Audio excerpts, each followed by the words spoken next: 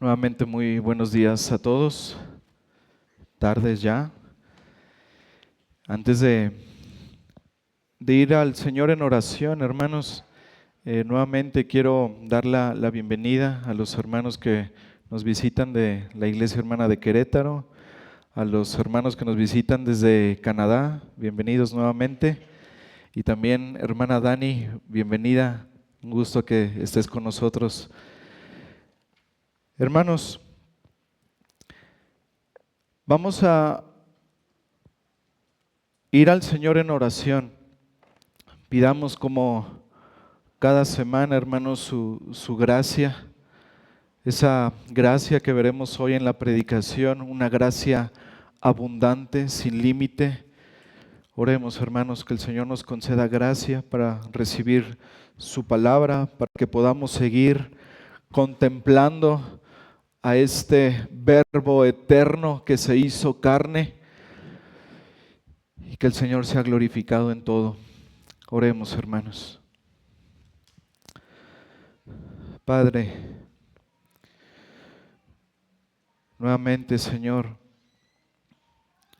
gracias por darnos este privilegio, Padre, de estar aquí reunidos delante de ti, Señor, para adorarte, para recibir tu palabra.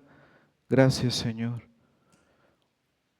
Concédenos, Señor, gracia para seguirte adorando en este tiempo, Señor. Te pedimos, Padre, hables a tu pueblo, nos muestres, Señor, a tu Hijo de manera especial en estos últimos versículos de este prólogo de Juan. Señor, queremos seguir manteniendo nuestra mirada en Él, en el galardón, mantener nuestra mirada en las cosas de arriba, donde está Cristo sentado a tu diestra. Te pedimos, Señor, ayúdanos a contemplar a tu Hijo, Señor, mientras estudiamos de Él, mientras estudiamos tu palabra.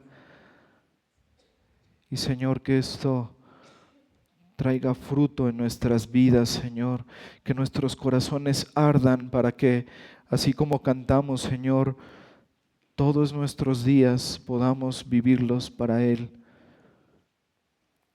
También te pedimos, Señor, que muestres la gloria de tu Hijo, la gloria de tu cruz, de esa cruz excelsa, Señor, donde tu Hijo derramó su sangre para el perdón de los pecados.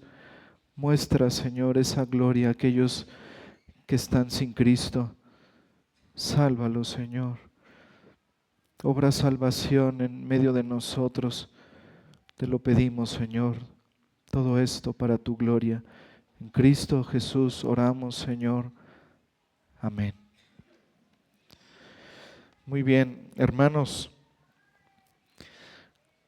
Vayamos al Evangelio de Juan, por favor, capítulo 1, y puestos en pie,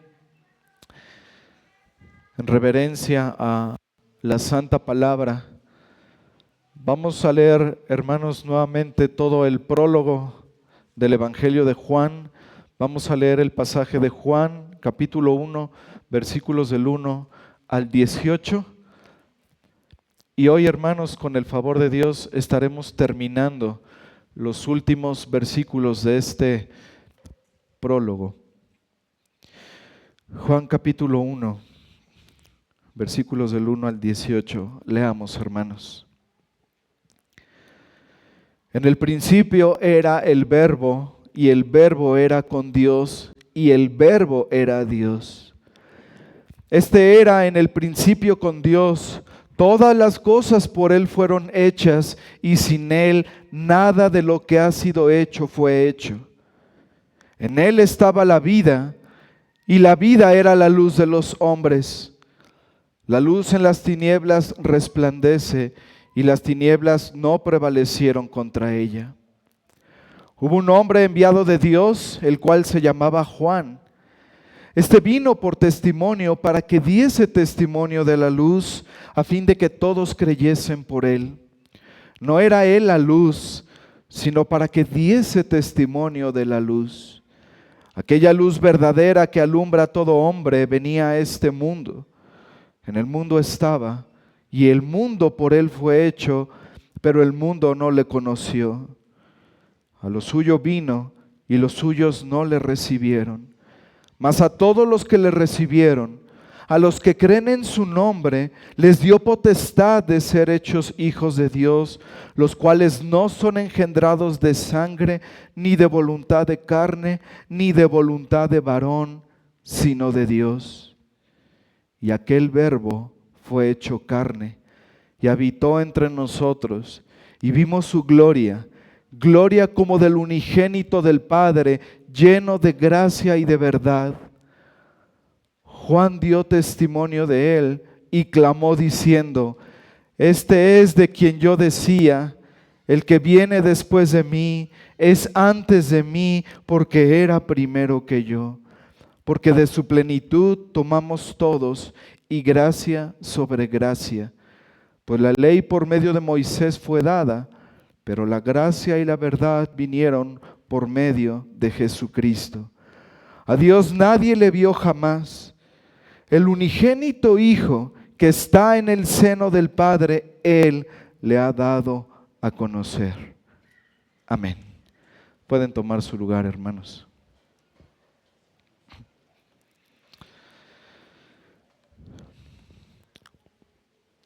Hermanos, como les decía, con el favor del Señor, hoy terminamos de ver este maravilloso prólogo que está lleno de teología. En las últimas dos predicaciones del Evangelio de Juan, estudiamos el versículo 14, un versículo central en este prólogo, un versículo central en el Evangelio, en la historia de la redención. Y leíamos entonces en Juan 1:14, y aquel Verbo fue hecho carne y habitó entre nosotros, y vimos su gloria, gloria como del unigénito del Padre, lleno de gracia y de verdad. Hermanos, vimos que Cristo nos muestra la gloria de Dios de una manera que es infinitamente superior a las manifestaciones de la Shekinah en el Antiguo Testamento. Decíamos, hermanos, cuán asombroso, cuán espectacular pudo haber sido para los judíos, para el pueblo de Dios en los tiempos de Moisés, ver esa nube, ver esa gloria que descendía. Cuán especial, hermanos, era para aquellos sumos sacerdotes que entraban en el lugar santísimo una vez al año, estar ahí y ver sobre el propiciatorio esa Shekinah, esa gloria de Dios, esa luz fulgurante, ese brillo maravilloso ahí, hermanos.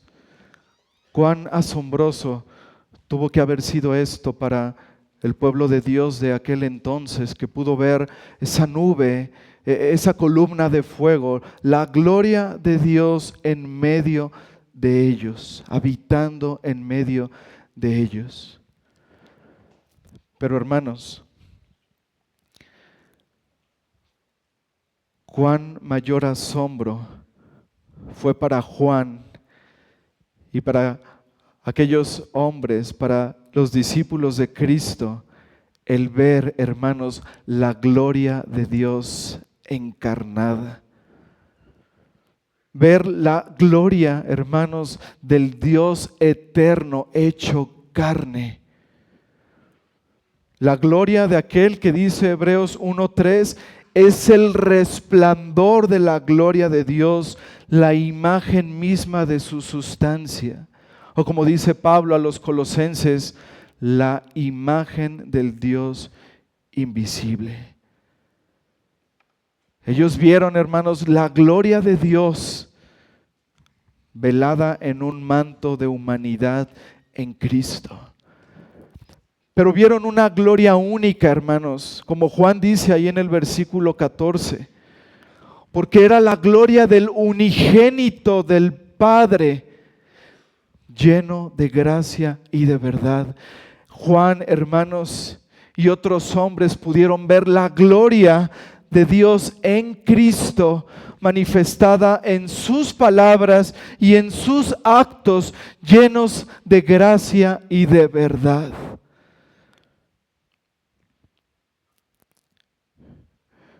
Viendo su poder haciendo milagros, escuchando sus palabras llenas de misericordia, hablando a los hombres. Y vimos, dice Juan, su gloria, gloria como del unigénito del Padre, lleno de gracia y de verdad.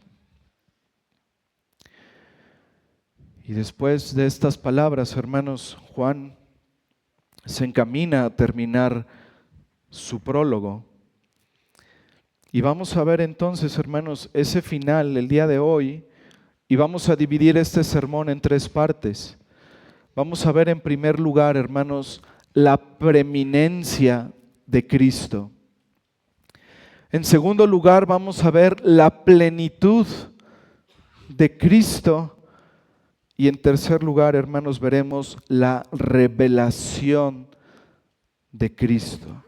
La revelación que nos revela. Así que comencemos con el primer punto, hermanos, la preeminencia del Verbo. Juan capítulo 1, versículo 15. Juan dio testimonio de él y clamó diciendo: este es de quien yo decía, el que viene después de mí es antes de mí, porque era primero que yo. Hermanos, el apóstol Juan nos muestra aquí la preeminencia de Cristo, citando lo que Juan el Bautista había dicho de él. Y este versículo 15 inicia diciendo: Juan dio testimonio de él. Hermanos, la Reina Valera tradujo este verbo dar, lo tradujo en pasado, pero en el original ese verbo dar está en presente. De manera que nosotros podemos leer: Juan da testimonio de él. Porque el punto del apóstol Juan, hermanos, es señalar que Juan el Bautista, aún estando muerto, sigue testificando de él, porque su testimonio de Cristo, su proclamación sobre Cristo, aunque fue un acontecimiento pasado, sigue sonando hasta el día de hoy. ¿Y saben por qué, hermanos? Porque el testimonio de Juan el Bautista sobre Cristo es un testimonio permanentemente cierto. Y por eso Juan el evangelista dice: Juan el Bautista da testimonio de él. Y esa palabra testimonio o testificar se refiere a un testimonio sobre algo que uno ha visto, ha oído o ha experimentado. Y Juan testificó de Cristo, hermanos, de lo que había oído de él, de lo que vio de él, de lo que experimentó con él. Juan el Bautista, hermanos, entregó su vida para dar testimonio de Cristo. Él fue llamado para eso. Él fue esa voz que clamó en el desierto. Él fue el que fue llamado a preparar el camino para el Señor, para el Mesías, para anunciar la venida de aquel que había de venir. ¿Y cuál fue el mensaje de Juan el Bautista? Bueno, hermanos, eso lo vamos a ver del versículo 19 hasta el versículo 40 de este capítulo 1. Pero aquí, hermanos, tenemos un resumen de ese testimonio de Juan en el versículo 18. Dice Juan el Bautista, es de quien yo decía, el que viene después de mí es antes de mí porque era primero que yo. Literalmente en griego, hermanos, esta frase dice, Él era primero con respecto a mí. O mejor, como lo traduce una versión en inglés, antes que yo naciere, Él ya era. Y la idea aquí, hermanos, de Juan el Bautista es enfatizar que Cristo, aunque vino después de Él, porque nació 6 meses después de Él, Cristo es antes de Él, primero que Él, porque existía mucho antes que Él. De hecho, hermanos, existía desde la eternidad. En el principio era Dios. Así que Juan, hermanos, vuelve a hablarnos aquí de la preexistencia de Cristo. Está diciéndonos nuevamente, Él es Cristo, el Verbo eterno, el Verbo preexistente.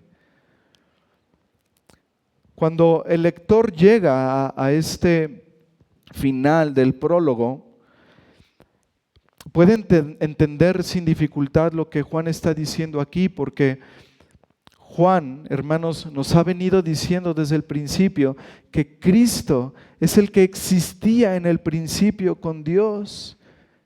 Y después nos ha dicho en el versículo 14 que en el cumplimiento del tiempo ese Verbo eterno, ese Dios eterno se hizo carne.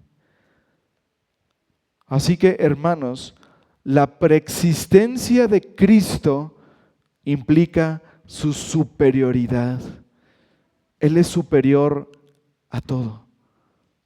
No hay nada que se le pueda acercar a Cristo. Él es superior. Juan el Bautista, hermanos, fue considerado, como lo vimos en versículos atrás, él fue considerado el último de los profetas del Antiguo Testamento. Y al igual que Isaías, al igual que Jeremías y al igual que todos los profetas del Antiguo Testamento, el papel de Juan, hermanos, fue anunciar la venida del Mesías, la venida de Cristo. Pero hay una diferencia, hermanos.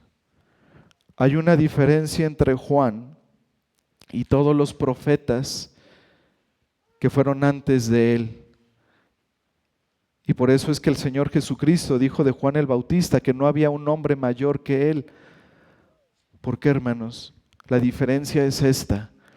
De todos los profetas que anunciaron a Cristo, que anunciaron a aquel que había de venir, hermanos, Juan tuvo el privilegio de señalar a Cristo y de decir, Él es de quien yo les había hablado. Él es el Cordero de Dios que quita el pecado del mundo.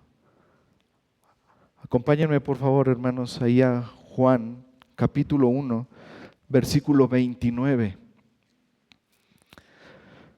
Dice, el siguiente día vio Juan a Jesús que venía a él y dijo, he aquí el Cordero de Dios que quita el pecado del mundo. Este es aquel de quien yo dije, después de mí viene un varón, el cual es antes de mí, porque era primero que yo.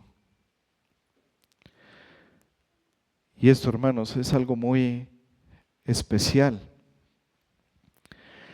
Es, por ejemplo, niños, cuando en estas fechas de diciembre, pues muchos están esperando quizá la venida de un familiar, de su abuela, por ejemplo, de un primo, de un tío.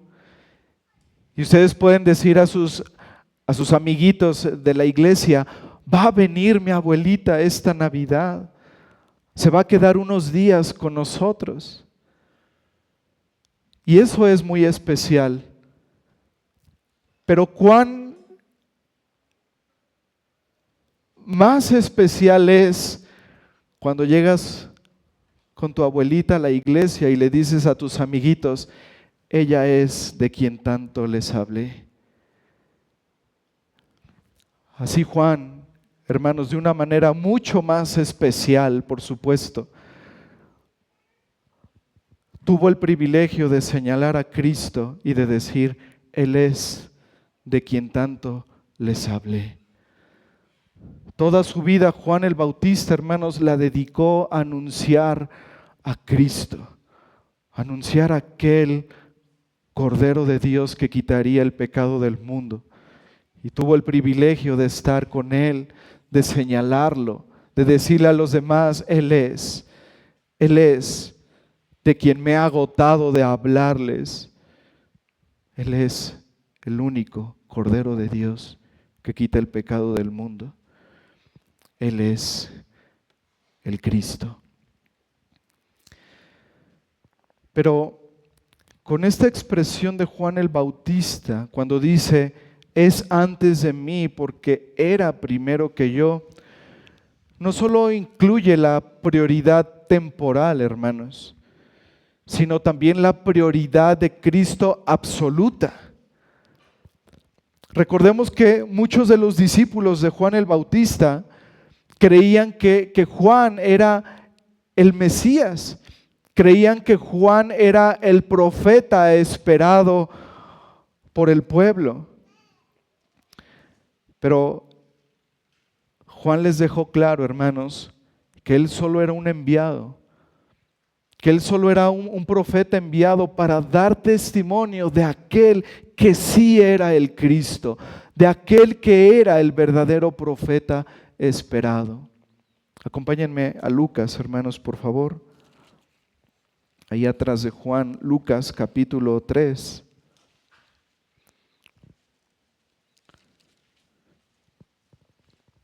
Lucas 3, versículo 16. Dice Juan el Bautista: yo a la verdad os bautizo en agua, pero viene uno más poderoso que yo, de quien no soy digno de desatar la correa de su calzado. Y más adelante, versículos 30 y 31, dice Juan el Bautista: es necesario que Él, Cristo, crezca, pero que yo mengüe. El que de arriba viene es sobre todos. El que es de la tierra, refiriéndose a Él mismo, es terrenal y cosas terrenales habla. El que viene del cielo es sobre todos. Es supremo, es preeminente. ¿Por qué? Porque viene del cielo, porque es Dios, porque es el Verbo eterno que vino y se hizo carne. Hermanos, la preeminencia significa ser el primero, significa tener el primer rango, la más alta dignidad. Preeminente denota aquello que sobresale, aquello que supera a todo lo demás en rango, dignidad, valor o importancia. Cristo es preeminente, hermanos. Como dijo Juan el Bautista, Él es sobre todos. Y esto queda muy claro, hermanos, en lo que el apóstol Pablo escribió en lo que se conoce como el himno cristológico colosense. Acompáñenme, por favor, hermanos, a Colosenses capítulo 1.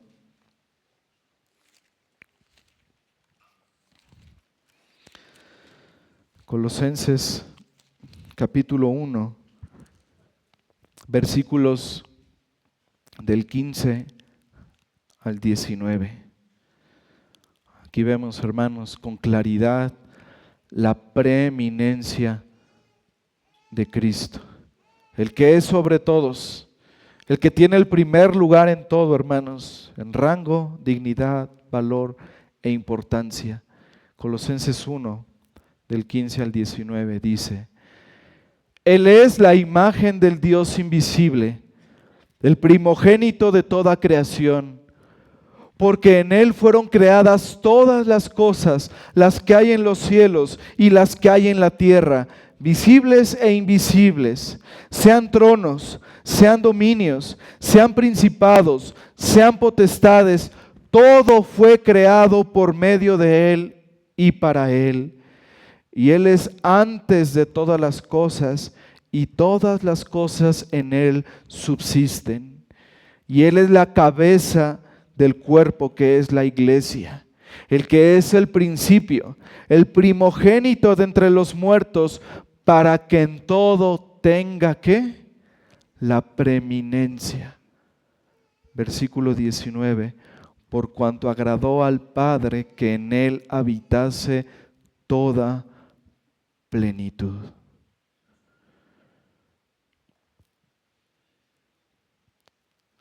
Todo eso, hermanos, que leímos en este himno cristológico colosense, todo eso es Cristo, hermanos.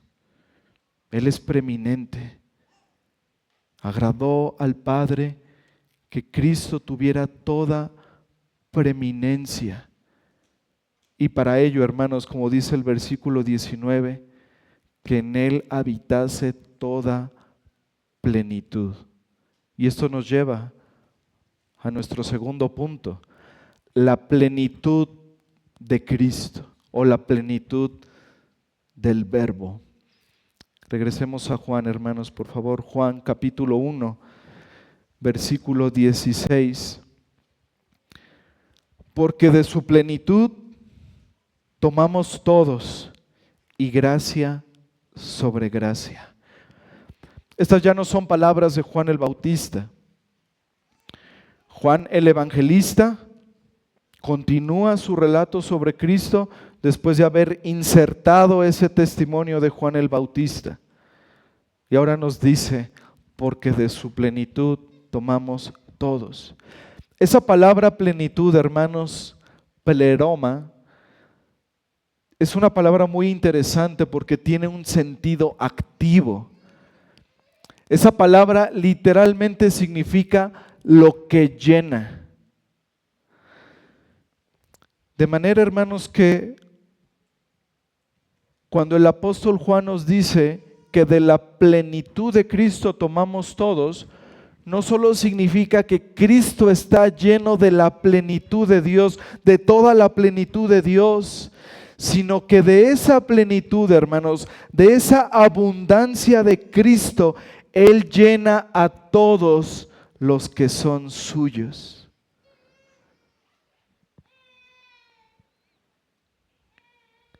De su plenitud tomamos todos. Él nos da, hermanos, de su plenitud, y dice Juan, y de Él recibimos gracia sobre gracia. Esta expresión, hermanos, gracia sobre gracia, es una expresión poco usual. De hecho, literalmente esta frase significa gracia en lugar de gracia. Lo que quiere decir, hermanos, es que en Cristo recibimos de su plenitud gracia, más gracia, y luego gracia, y luego más gracia, y luego más gracia, y más gracia, y más gracia. Eso significa, hermanos, esta expresión, gracia sobre gracia. La gracia de Cristo, hermanos, es suficiente. La gracia de Cristo, hermanos, es continua, es inagotable. Y por eso es que Cristo es suficiente.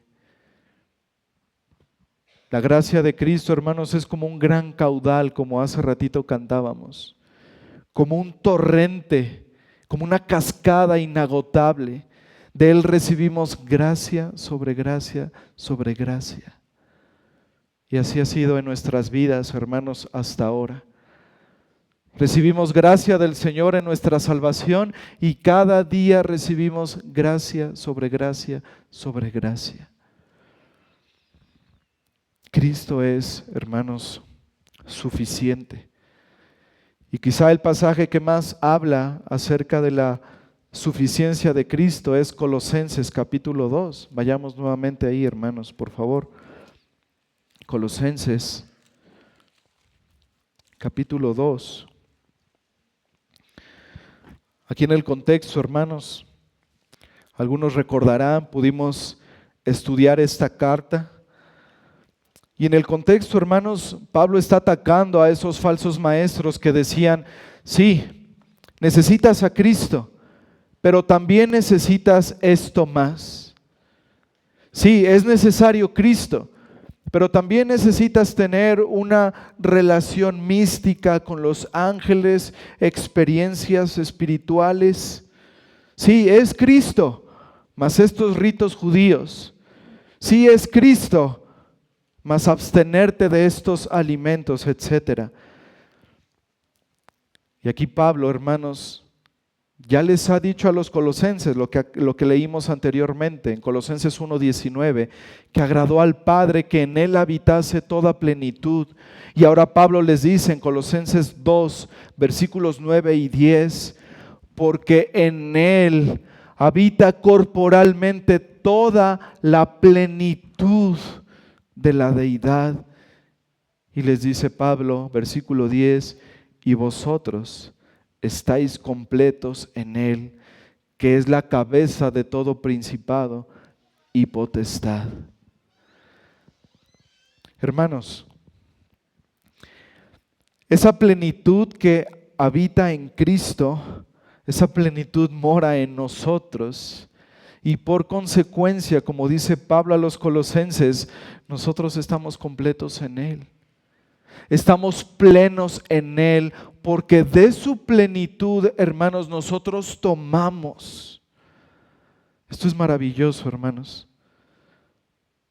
No nos hace falta nada, hermanos, porque Cristo es pleno y de su plenitud tomamos todos. Y gracia sobre gracia. Estamos completos en Él, hermanos.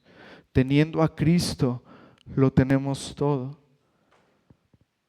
Si alguien no tiene a Cristo, no tiene nada. Esa es la gran diferencia, hermanos. Cristo es suficiente. Quien tiene a Cristo, lo tiene todo. Ahora Juan, hermanos, regresando a Juan capítulo 1. Juan sigue hablando de la suficiencia y de la gracia de Cristo, ahora en el versículo 17, y dice, pues la ley por medio de Moisés fue dada, pero la gracia y la verdad vinieron por medio de Jesucristo. La ley, hermanos, fue dada por Moisés, aquel que era el mediador en el antiguo pacto. La ley fue dada por Moisés a los judíos. La ley mostró al pueblo de Dios su pecaminosidad, la pecaminosidad de su corazón, la pecaminosidad de sus acciones.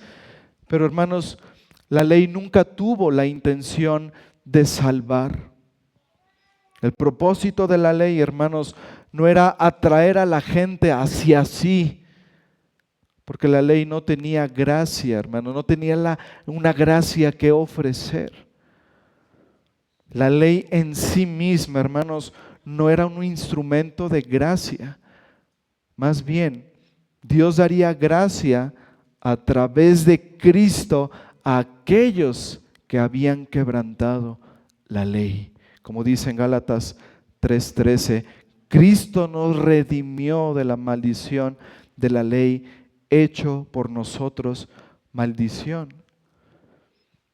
La única gracia, hermanos, de la ley, la única gracia que encontramos en la ley, hermanos, era que la ley nos dirigía a Cristo, que la ley nos exponía, nos desnudaba y nos mostraba nuestro pecado y a la vez nos mostraba nuestra necesidad de Cristo, porque la ley nos condenaba. Y la gracia, hermanos, esa gracia que nos proveía la ley, era siempre para señalarnos a Cristo.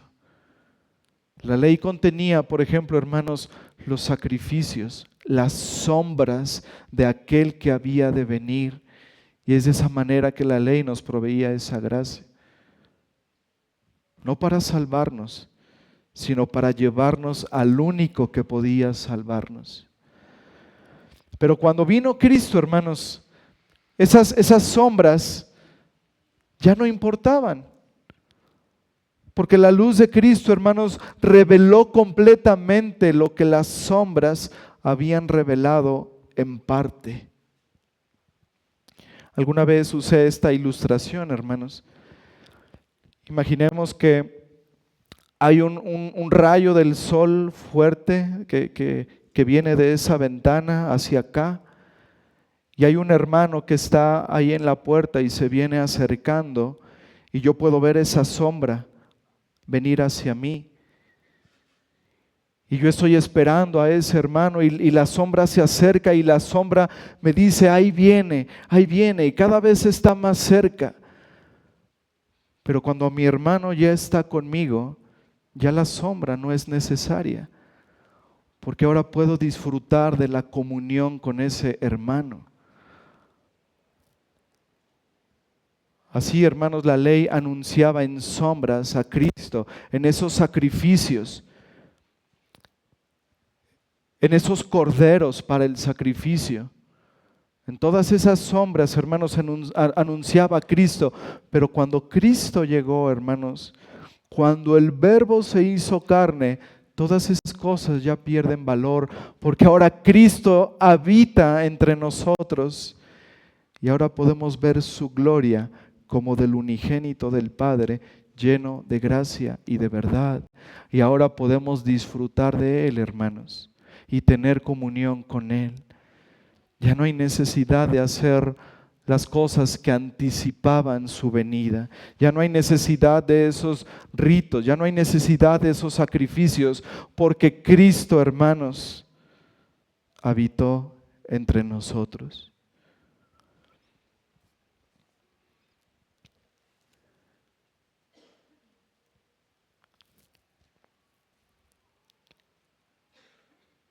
Y ahora, hermanos, vemos en el último versículo de este prólogo que Cristo vino para anunciarnos algo, para mostrarnos algo, para darnos a conocer a alguien.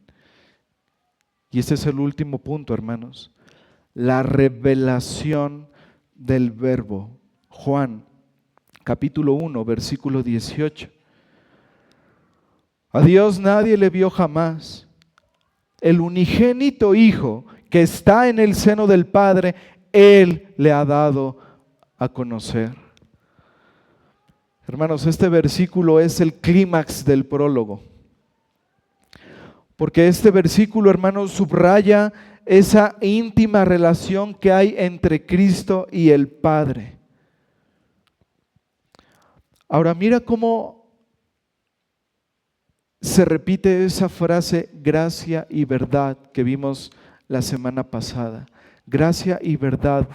Esa frase del versículo 17, hermanos, resume el carácter de Dios, como vimos la semana pasada en Éxodo capítulo 34, cuando Dios revela a Moisés su nombre como ese Dios lleno de gracia y de verdad.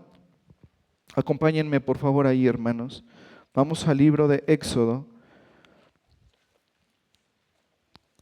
Vamos a leer desde el capítulo 33. Éxodo 33.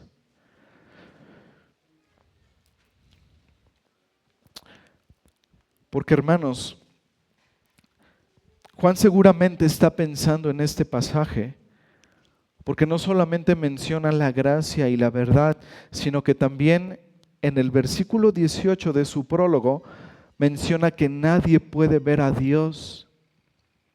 Así que leamos, hermanos, Éxodo 33, del versículo 18 en adelante. Él, Moisés, entonces dijo: te ruego que me muestres tu gloria.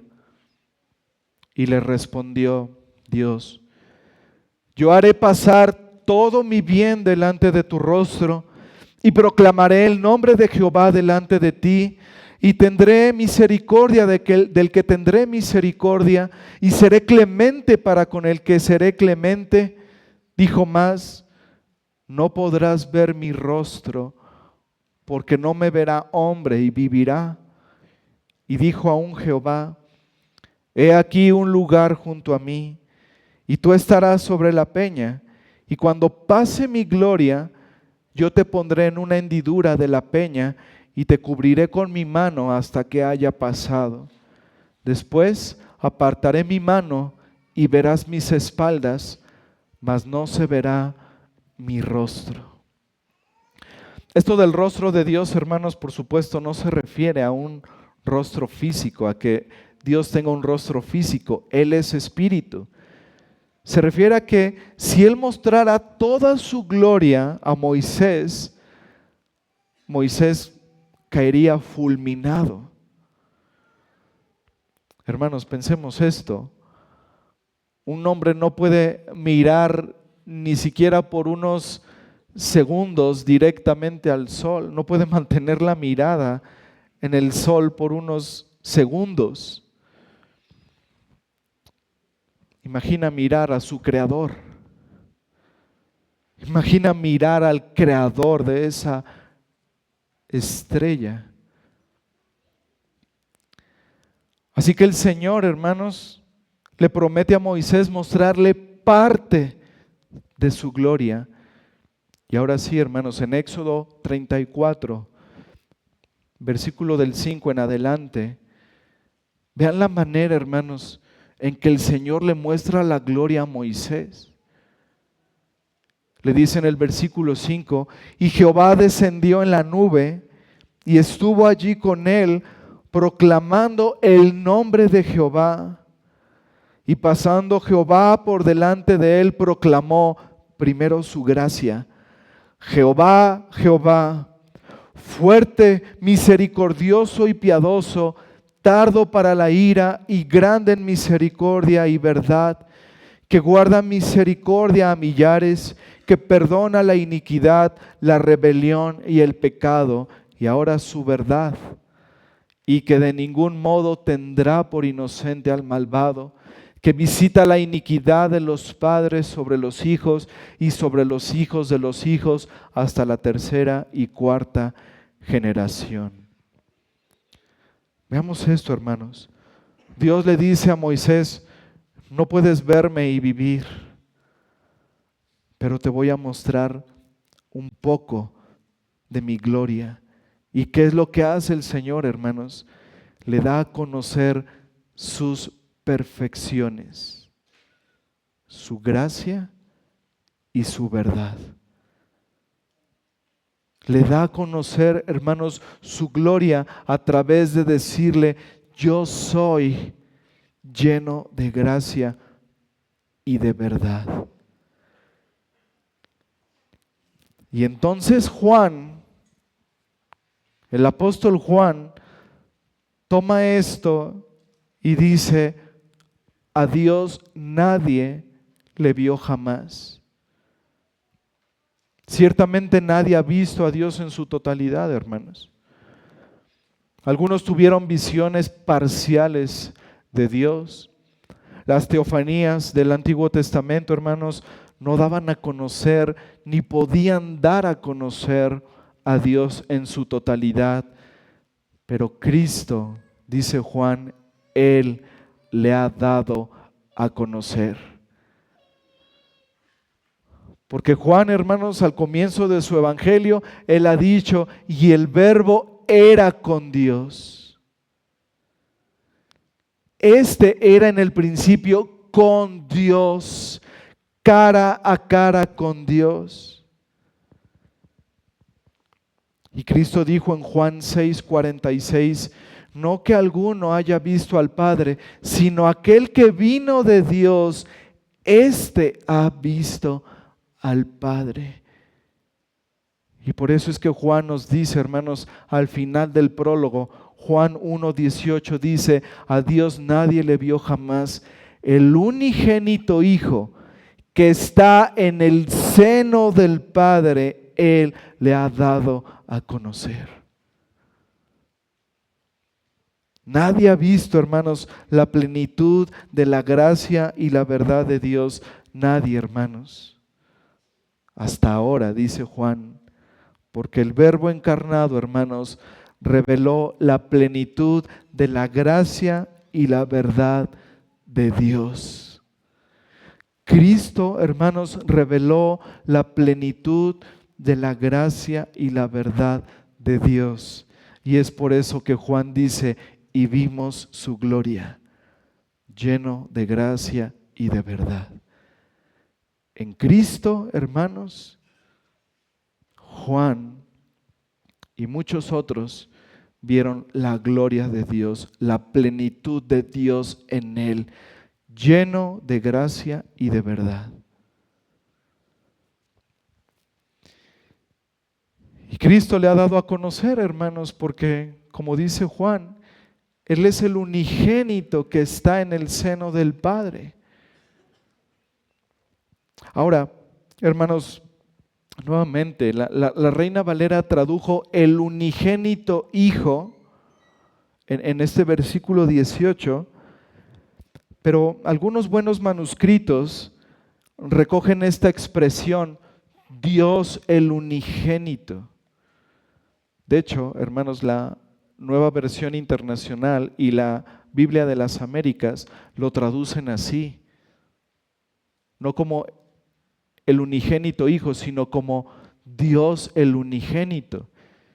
Y esa parece ser, hermanos, la traducción correcta. Dios el unigénito. ¿Qué es lo que está haciendo Juan aquí, hermanos? Juan, recordemos, está terminando su prólogo. Y para Juan es importante, hermanos, que lo que comenzó a decir en el principio se resalte nuevamente al final. En el primer versículo del prólogo dijo Juan que el Verbo era Dios.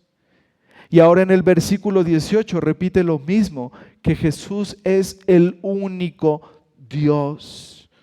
Eso es lo que significa la palabra unigénito, único, único en su clase. El Dios unigénito que está en el seno del Padre. Fíjense, hermanos, Juan dice al principio del Evangelio, en el principio era el Verbo, y el Verbo era con Dios, y el Verbo era Dios. Y al terminar el prólogo, Juan dice, el Dios unigénito, o sea, está diciendo, Cristo es Dios que está en el seno del Padre, es decir, y el Verbo era con Dios, cara a cara con Él. Cristo, hermanos, ha estado en el seno del Padre eternamente. Y esta expresión, hermanos, nos habla de ese grado de intimidad entre el Padre y el Hijo. Esta es una expresión metafórica, por supuesto, hermanos. Esta expresión en el seno nos habla de un lugar de refugio. Y la idea aquí, hermanos, es que Cristo está guardado dentro de la esencia de Dios. El Padre y el Hijo son dos personas distintas, pero comparten la misma esencia. El Verbo era con Dios, el Dios unigénito que está en el seno del Padre. Y Cristo, hermanos, vino para revelar al Padre. Y solo Él podía hacerlo, hermanos. Porque Él es el Dios unigénito que ha estado cara a cara con Dios eternamente. Él es Dios. Solo Él podía dar a conocer a Dios. Él es la imagen visible del Dios invisible. Cristo es el resplandor de la gloria de Dios. Ahora, hermanos, recordemos nuevamente el propósito de Juan al mostrarnos a Cristo en su evangelio. Dice en Juan 20:31, pero estas cosas se han escrito para que creáis que Jesús es el Cristo, el Hijo de Dios, y para que creyendo en Él tengáis vida en su nombre.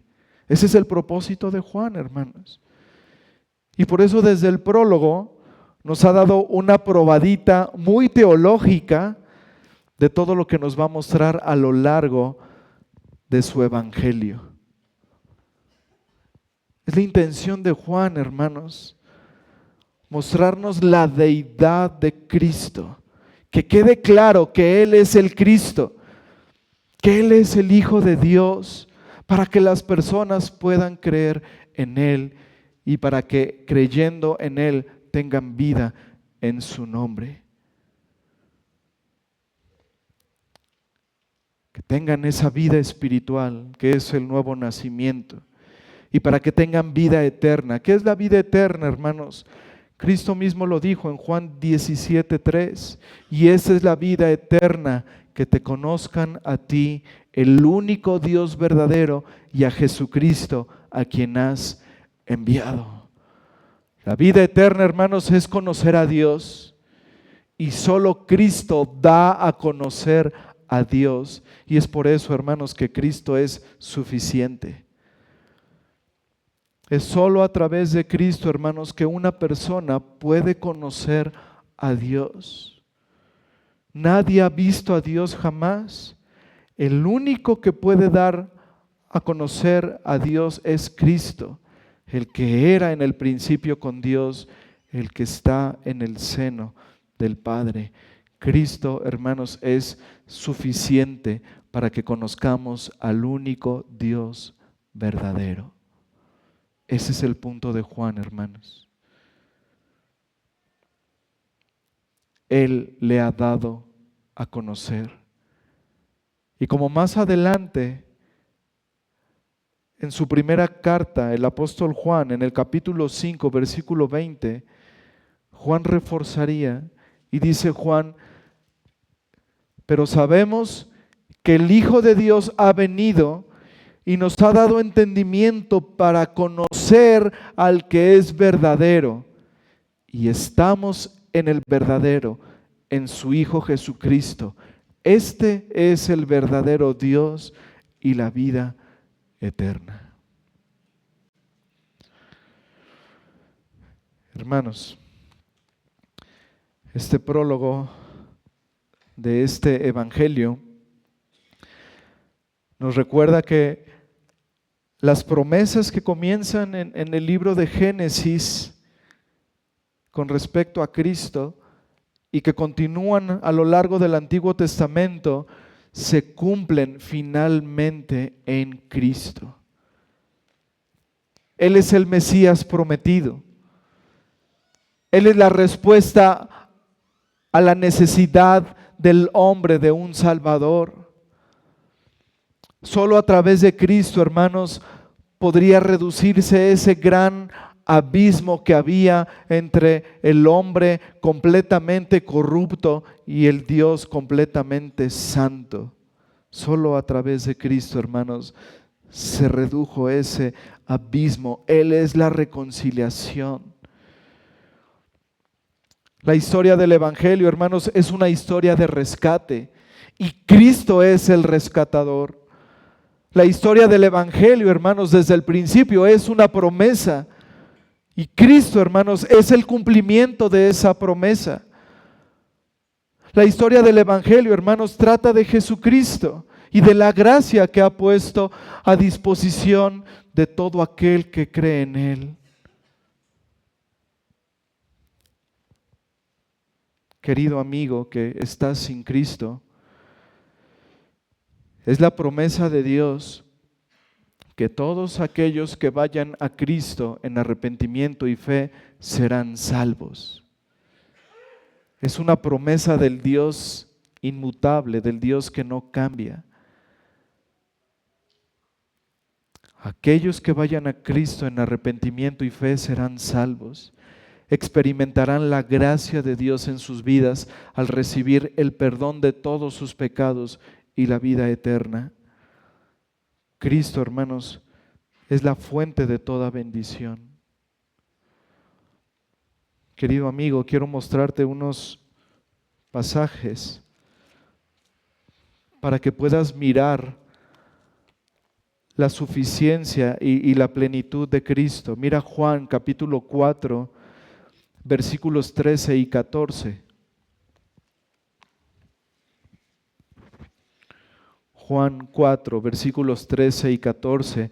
Respondió Jesús y le dijo: cualquiera que bebiere de esta agua volverá a tener sed, mas el que bebiere del agua que yo le daré no tendrá sed jamás, sino que el agua que yo le daré será en él una fuente de agua que salte para vida eterna. Juan 6, 35. Jesús les dijo: yo soy el pan de vida. El que a mí viene nunca tendrá hambre, y el que en mí cree no tendrá sed jamás. Y uno más, Juan 7, versículos 37 y 38.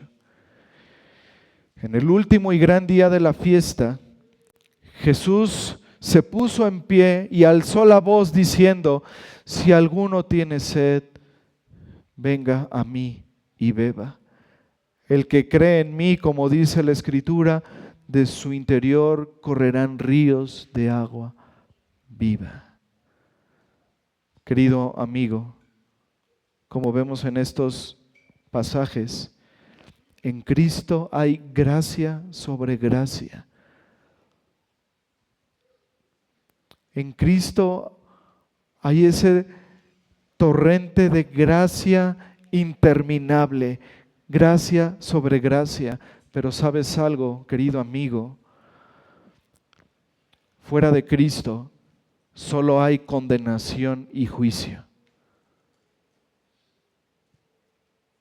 Cristo dijo: el que cree en el Hijo tiene vida eterna, pero el que rehúsa creer en el Hijo no verá la vida, sino que la ira de Dios está sobre él.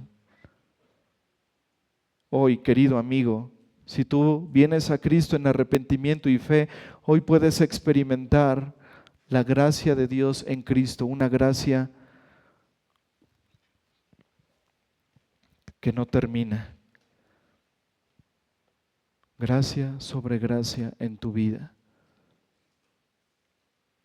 Pero es necesario que reconozcas tu pecado y vengas a Cristo en fe, en arrepentimiento y fe.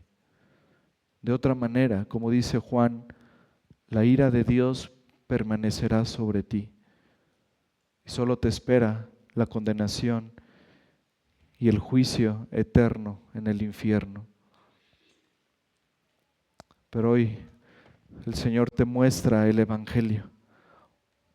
Hoy el Señor en su misericordia te muestra a este Cristo lleno de gracia y de verdad. Y quiero terminar, hermanos, con una aplicación para los creyentes, para los que han puesto por gracia su confianza en el Señor. Y esta es la aplicación, hermano. Recuerda que Cristo es suficiente para preservarte hasta el final. Cristo es suficiente para preservarte hasta el final. Hemos visto que Juan dice que de Cristo, de su plenitud, recibimos gracia sobre gracia. Cuando viniste a Cristo, recibiste gracia. Por gracia sois salvos. Hoy, querido hermano, recibiste gracia. Mañana, ¿sabes qué vas a recibir? Gracia. Y en el futuro, ¿sabes qué vas a recibir, hermano? Gracia. Porque estamos en Cristo, hermanos. Él es la fuente de toda bendición. Él es la fuente de toda bendición espiritual. Estando en Él, hermanos, lo único que recibimos es gracia sobre gracia. Los pensamientos de Dios para con su pueblo son de bien y no del mal. Aún las pruebas, hermanos, aún las aflicciones, aún la enfermedad, hermanos, todo eso viene de parte del Señor como una gracia.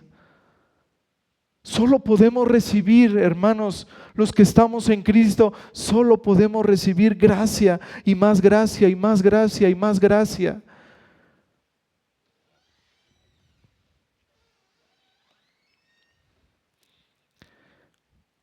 Porque Cristo es pleno, hermanos. Porque Cristo es lleno de gracia. Porque de su plenitud tomamos todos. Porque en Él, hermanos, abunda la gracia. Y esto, hermanos, esto debe motivarnos a obedecer. Esto debe motivarnos a mantener nuestra mirada puesta en el galardón, en Cristo.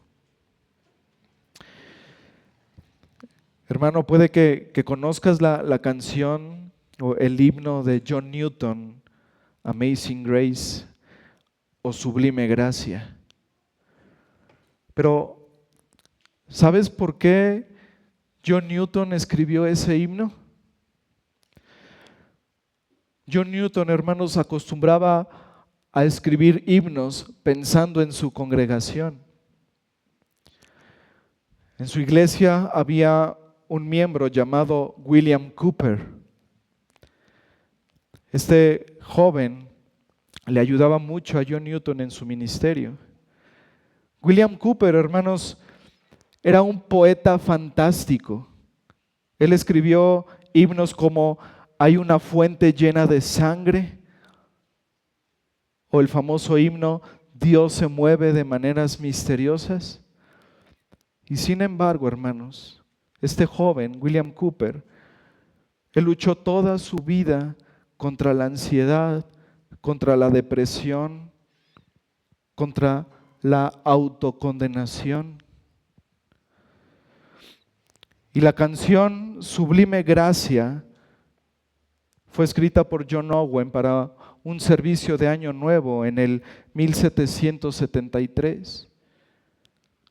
Pero fue escrita, hermanos, particularmente para una persona que necesitaba desesperadamente comprender lo que era la gracia de Dios. Y esa persona se trataba de ese joven que le ayudaba, William Cowper. William Cowper, hermanos, cayó en una depresión que lo llevó a intentar suicidarse. Y el centro de esa ansiedad, el centro de esa locura en la que cayó William Cowper, era el temor de que Dios le rechazara a pesar de su fe en Él. Y John Newton había intentado persuadir a Cowper de que la gracia de Dios era sublime, de que Dios nunca le negaba su gracia a un creyente. Y fue esa lucha de William Cowper, hermanos, esa lucha contra la duda, esa lucha contra la ansiedad, esa lucha contra la culpa, la que motivó a John Newton a escribir: "En los peligros o aflicción que yo he tenido aquí, su gracia siempre me libró y me guiará feliz". En En los peligros o aflicción que yo he tenido aquí, su gracia siempre me libró y me guiará feliz. Amado hermano, así como John Newton hizo con William Cooper, yo quiero hacer contigo en esta tarde y quiero decirte, amado hermano, que no olvides que la gracia de Dios fluye como un manantial inagotable, como un torrente, como una cascada enorme, plena, continua y que no termina. Así es la gracia de Dios, hermano. Y escucha esto. Si Dios estuvo dispuesto a enviar a su Hijo a nacer como un hombre y a morir como un criminal por ti, hermano, ¿crees que alguna vez el Señor te negará su gracia? Si Él nos ha dado todo en Cristo, hermanos, ¿Él nos negará alguna vez su gracia? Por el contrario, amado hermano, Él nos da gracia sobre gracia en Él. Si tu fe está en Cristo, hermano, entonces Él derrama una gracia abundante, una sublime gracia. La gracia de Dios es suficiente. Nunca lo olvides, hermano. Nunca pierdas la esperanza. John Newton terminó ese himno diciendo: y cuando en Sión por siglos mil brillando esté cual sol, yo cantaré por siempre allí su amor que me salvó. Y cuando en Sión por siglos mil brillando esté cual sol, yo cantaré por siempre allí su amor que me salvó. Hermano, así como su gracia ha sido suficiente para nuestra salvación, así su gracia será suficiente, hermanos, para preservarnos hasta el fin, hasta estar con Él en gloria, en esa Sión celestial. Oremos, hermanos.